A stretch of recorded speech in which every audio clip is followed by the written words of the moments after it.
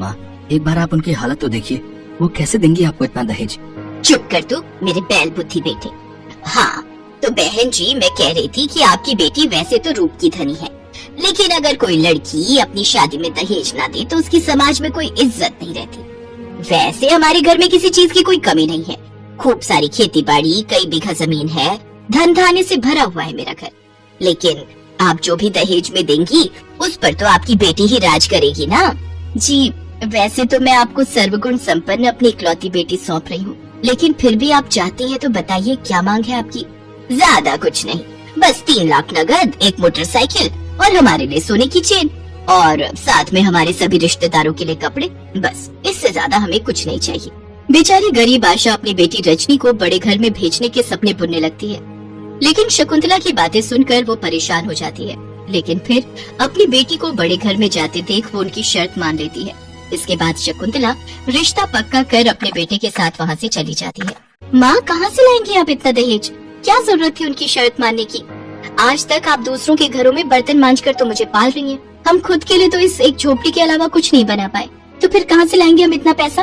तू बिल्कुल भी चिंता मत कर मेरी बच्ची, मैं नहीं चाहती जो दुख मैंने झेले वो तुझे भी झेलना पड़े। अब चाहे तेरी इस गरीब माँ का बाल बाल भी कर्जे में क्यों न डूब जाए, पर वो तुझे उस बड़े से घर में भेज कर ही रहेगी। रजनी बड़ी ही चालाकी से अपनी गरीब माँ के दुख में शामिल होने का ढोंग कर रही थी, जबकि सच तो ये है कि रजनी खुद भी ये गरीबों वाली जिंदगी काट काट कर परेशान हो चुकी थी। उधर आशा दिन रात इसी चिंता में रहने लगी कि वो कैसे दहेज के लिए इतनी रकम का इंतजाम कर पाएगी। भगवान, तूने मुझ गरीब पर बहुत से जुल्म ढाए हैं। पहले तो भरी जवानी में मेरे पति को उठा लिया और फिर इस गरीबी का बोझ सर पर डाल दिया। सारी उम्र तो लोगों के घर में कामकाज करने में निकल गई और अब बुढ़ापे में बेटी के दहेज की चिंता वो अलग। ऊपर वाले, तूने तो मेरी किस्मत कुश की कलम से लिख दी, लेकिन मैं अपनी बेटी की किस्मत को बदलना चाहती हूँ और उसे अमीर घर की बहू बनते देखना चाहती हूँ, ताकि मुझ गरीब की तरह उसे भी लोगों के घरों के जूठे बर्तन ना घिसने पड़े। हे प्रभु, मुझे कोई रास्ता दिखा। अपनी फूटी किस्मत के बारे में सोचकर आशा फूट फूट कर रोने लगती है। तभी उसकी नजर अपने घर पर जाती है और वो लाला के पास अपना घर गिरवी रख देती है।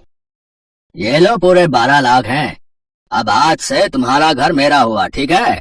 मुझे मंजूर है लाला जी, लेकिन कृपा करके मेरी बेटी की शादी और विदाई के बाद पग फेरों की रस्म तक मुझे वहाँ रहने देना। उसके बाद मैं कहीं न कहीं अपना ठिकाना ढूंढ ही लूंगी।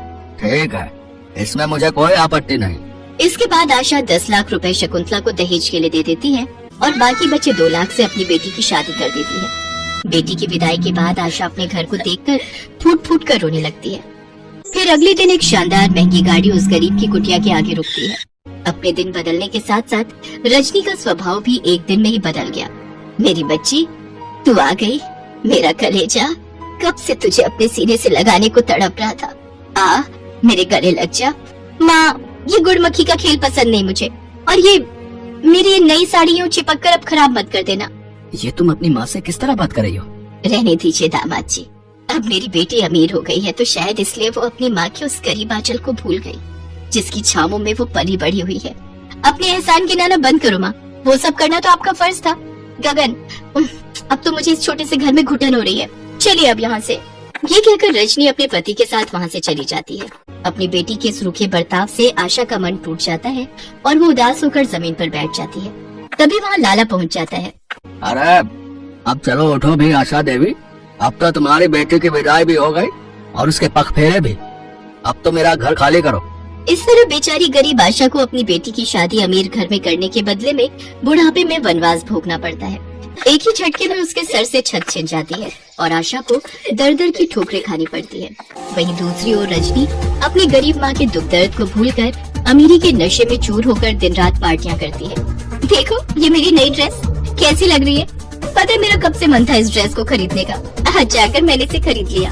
और ये देखो माँ जी ने अपने गोल्ड के इयररिंग्स भी दे दिए मुझे इसके साथ पहनने के लिए। अब एक बात पूछूं, क्या तुम्हें तुम्हारी माँ की बिल्कुल भी याद नहीं आती? उनका ख्याल नहीं आता? पग फेरे के बाद तुम एक बार भी उनको देखने नहीं गई? ओह प्लीज गगन, अब तुम फिर से मुझे ये ममता का लेक्चर देना शुरू मत कर देना। अब मैं दोबारा उस गरीबी के लम्हों को याद नहीं करना चाहती और न ही उस छोटे से घर में जाना चाहती हूँ। तुम जानती हो रजनी, तुम्हारी माँ ने तुम्हारी शादी अमीर घर में करने के लिए कितने दुख उठाए। खुद भूखा रही होंगी, तब तुम्हारा पेट पाला होगा। बीमार होने पर भी लोगों के घरों में जाकर जूठे बर्तन धोए हैं। तुम्हारी पढ़ाई के लिए न जाने कैसे एक एक रुपया जोड़ा होगा और फिर जब तुम बड़ी हुई तो तुम्हारी शादी करवाने के लिए उन्होंने अपने इकलौते सहारे अपने घर को भी गिरवी रख दिया। गगन के मुंह से ये बातें सुनकर रजनी टूट जाती है और वो रोने लगती है। माँ ने मेरी खुशियों के लिए कितना कुछ किया और मैं कभी ये सब देख ही नहीं पाई। और तो और मेरी खुशी के लिए उन्होंने बुढ़ापे की उम्र में अपने सिर से छत तक बेच दी। ना जाने अब वो किस हाल में होगी, भूखी प्यासी कहाँ भटक रही होगी। मुझे अपनी माँ को ढूंढना ही होगा। फिर रजनी अपने गांव पहुंचकर सभी के घरों का दरवाजा खटखटाकर अपनी माँ को ढूंढती है, लेकिन वो उसे कहीं नहीं मिली। गगन, मैंने अपनी माँ को सब जगह ढूंढा लेकिन वो मुझे कहीं नहीं मिली। मेरी माँ को बोलो ना वो जल्दी से मेरे पास आ जाए। उनकी बेटी उनको बहुत याद कर रही है। मैं उनके बिना नहीं रह सकती। संभालो अपने आप को रजनी, सब कुछ भगवान पर छोड़ दो। हे दुर्गा माँ, आज ये बेटी अपनी माँ से मिलने के लिए तड़प रही है। इस अभागी को अपनी माँ से मिला दे। मिला दे माँ, मिला दे। मैं अपने हाथों से प्रसाद बनाकर मंदिर में बांट कर आऊंगी माँ। इसके बाद रजनी अपने हाथों से हलवा बनाती है और मंदिर में बैठे भिखारियों को बांटने जाती है। मंदिर के बाहर बैठे भिखारियों में उसकी माँ आशा भी होती है। रजनी भिखारियों में हलवा और पैसे बांट रही होती है कि तभी वो एक बूढ़े भिखारी से कहती है, ये लो बाबा प्रसाद और ये कुछ पैसे, आपके काम आएंगे। सुखी रहो बेटी। बाबा, अब यह अभागन तभी सुखी हो पाएगी जब वो अपनी माँ से मिलेगी। दुर्गा माँ से मेरी माँ के मिलने की दुआ करो बाबा। दुर्गा माँ किसी को अपने दरबार से खाली नहीं जाने देती। आज वो तुम्हें जरूर अपनी माँ से मिलवाएंगी। उनकी ये सारी बातें उन भिखारियों के बीच बैठी आशा सुन लेती है। वो जैसे ही अपनी बेटी को अपनी ओर आता देखती है तो झट से अपने तन पर फटी मैली चादर से अपना चेहरा ढक लेती है। लेकिन तभी रजनी की नजर उस पर पड़ जाती है। माँ दुर्गा की कृपा से तुम मुझे मिल गई। माँ, मैंने तुम्हें कहाँ कहाँ नहीं ढूंढा। अपनी बेटी का घर बसाने के लिए माँ का खुद का घर छूट गया। अपनी स्वार्थी बेटी को माफ कर दो माँ। घर चलो माँ। घर तो चला गया बेटी, जो खोया है वो लौट आएगा माँ। अब चलो मेरे साथ। इसके बाद रजनी अपनी माँ को अपने घर ले जाती है और उसे अपने पास रखकर उसकी खूब सेवा पानी करती है। गगन भी आशा का एक बेटे की तरह ख्याल रखता है और उसकी हर जरूरत को पूरा करता है। नामली गांव में दुर्गा अपने दो बेटों मोहन और अशोक के साथ रहती थी। पति की मौत के बाद दुर्गा ने अपने दोनों ही बेटों को बड़ी मुसीबतों से पाला था। दुर्गा खुद तो पढ़ी लिखी नहीं थी, लेकिन वो अपने बेटों को पढ़ा लिखा कर काबिल बनाना चाहती थी और इसके लिए दुर्गा ने कड़ी मेहनत भी की। हालांकि फिर भी ऐसा करवाना उसके लिए बहुत मुश्किल था। माँ, अगर मुझे आगे की पढ़ाई के लिए शहर भेजना ही नहीं था तो फिर मुझसे इतनी मेहनत करवाई क्यों? बेटा, तुझे क्या लगता है तुझे मना करते हुए मुझे अच्छा लग रहा है क्या? मेरी मजबूरी समझ बेटा, सब कुछ तेरे सामने ही तो है। बस करो माँ, हमेशा पैसे का ही रोना रोया है तुमने।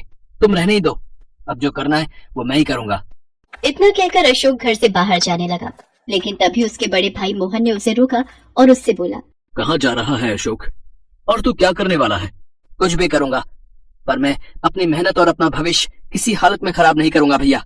तो रुक, मैं जानता हूँ कि तू गलत नहीं है, पर ऐसा गुस्सा करना तो ठीक नहीं है ना? तो मैं और क्या करूं भैया, आप ही बताओ। माँ ने तो हाथ खड़े कर दिए, तो क्या मैं भी हार मान लूं? मैंने ऐसा तो नहीं कहा, पर हाँ, मैंने कुछ सोचा जरूर है।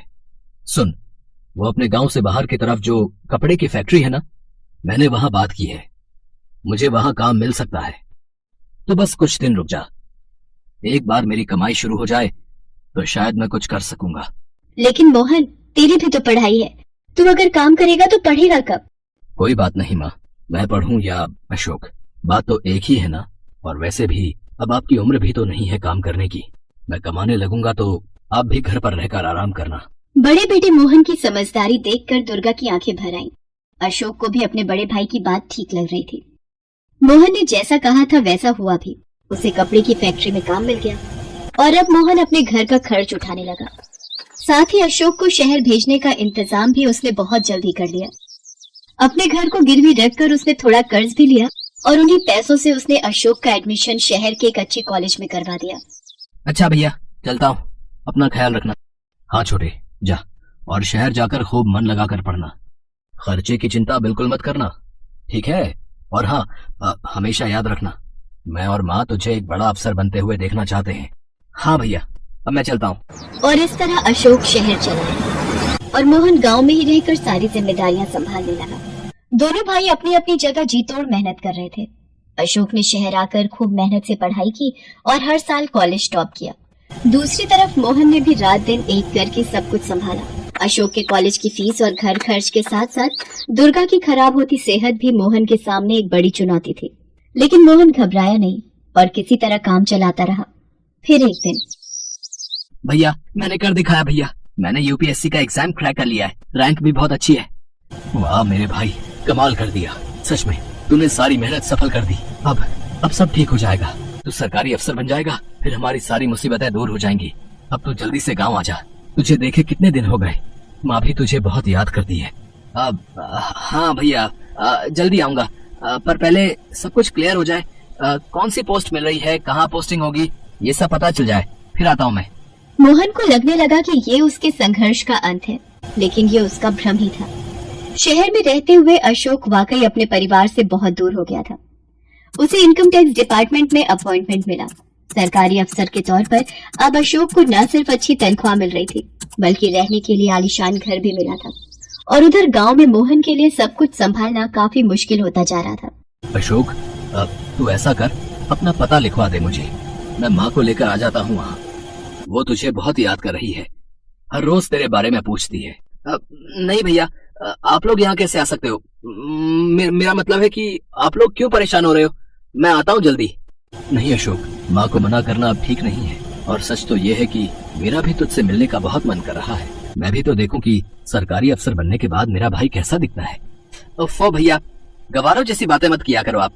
मेरी सरकारी नौकरी लगी है, किसी फिल्म में हीरो नहीं बन गया हूँ मैं जो अलग दिखने लगूंगा। मैं पहले जैसा था अब भी वैसा ही हूँ। सुनिए, आपको और माँ को यहाँ आने की कोई जरूरत नहीं है, मैं अगले हफ्ते तक आने की कोशिश करता हूँ।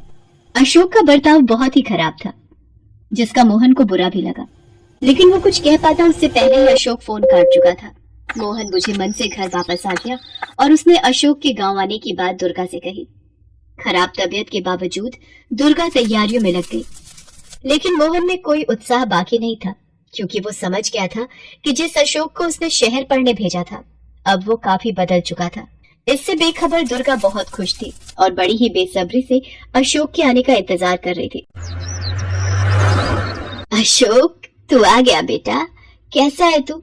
सरकारी अफसर बन गया तो भूल गया अपने परिवार को? माँ, अगर यही सब बातें सुनानी है तो मैं अभी वापस जा रहा हूँ। अरे देख रहा है मोहन, अफसर बाबू की नाक तो बड़ी ऊंची हो गई है। वैसे कुछ अलग नहीं है, ये तो है ही बचपन से नक चढ़ा। चल आजा जल्दी से, मैंने तेरी पसंद का खाना बनाया है। नहीं माँ, खाना तो नहीं खा पाऊंगा, बस 1-2 घंटे में निकलूंगा मैं। ये क्या कह रहा है? इतने दिनों बाद घर आया है और एक दिन भी नहीं रुकेगा? माँ, अब ये मेरा घर नहीं है, वहाँ शहर में है, जहाँ सारी चीजें मेरे हिसाब से हैं। मैं यहाँ रुकना चाहूँ तो भी नहीं रुक पाऊंगा। तुम बस ये बताओ कि तुम्हारी तबीयत कैसी है, मैं बस वही देखने आया हूँ। अशोक की बातें सुनकर दुर्गा हैरान थी। अब उसे भी अशोक में आया बदलाव साफ दिखाई दे रहा था। जब दुर्गा ने अशोक की बात का कोई जवाब नहीं दिया तो मोहन ने कहा, अब माँ की तबीयत ठीक नहीं है अशोक, मैंने तुझे बताया तो था, यहाँ के डॉक्टर कुछ खास नहीं कर पा रहे हैं। तू ऐसा कर, जितना जल्दी हो सके हमें अपने साथ शहर ले चल, वहाँ माँ का इलाज करवाएंगे। तो आप कैसी बातें कर रहे हैं भैया, शहर में इलाज कितना महंगा है आपको पता भी है, और सच कहूँ तो मुझे तो माँ भली चंगी लग रही है। आप फालतू में इतनी चिंता कर रहे हो, बाकी बुढ़ापा है तो थोड़ी बहुत परेशानियां तो लगी रहेंगी। अशोक, ये कैसी बातें कर रहा है तू?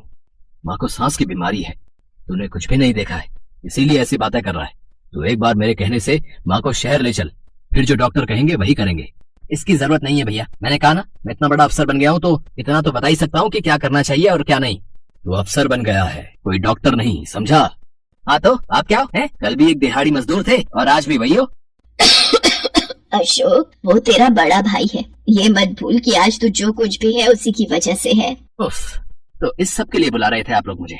मैं अपना इतना जरूरी काम छोड़कर आया हूँ और आप लोग? ठीक है अशोक, तो तू जाकर अपना जरूरी काम ही संभाल, यहाँ मैं हूँ। मोहन की बात सुनकर अशोक वहाँ एक पल भी नहीं रुका और वापस शहर चला गया। इसके बाद से न मोहन ने अशोक को कभी फोन किया और न ही अशोक ने कभी अपनी माँ और भाई का हालचाल जानने की कोशिश की।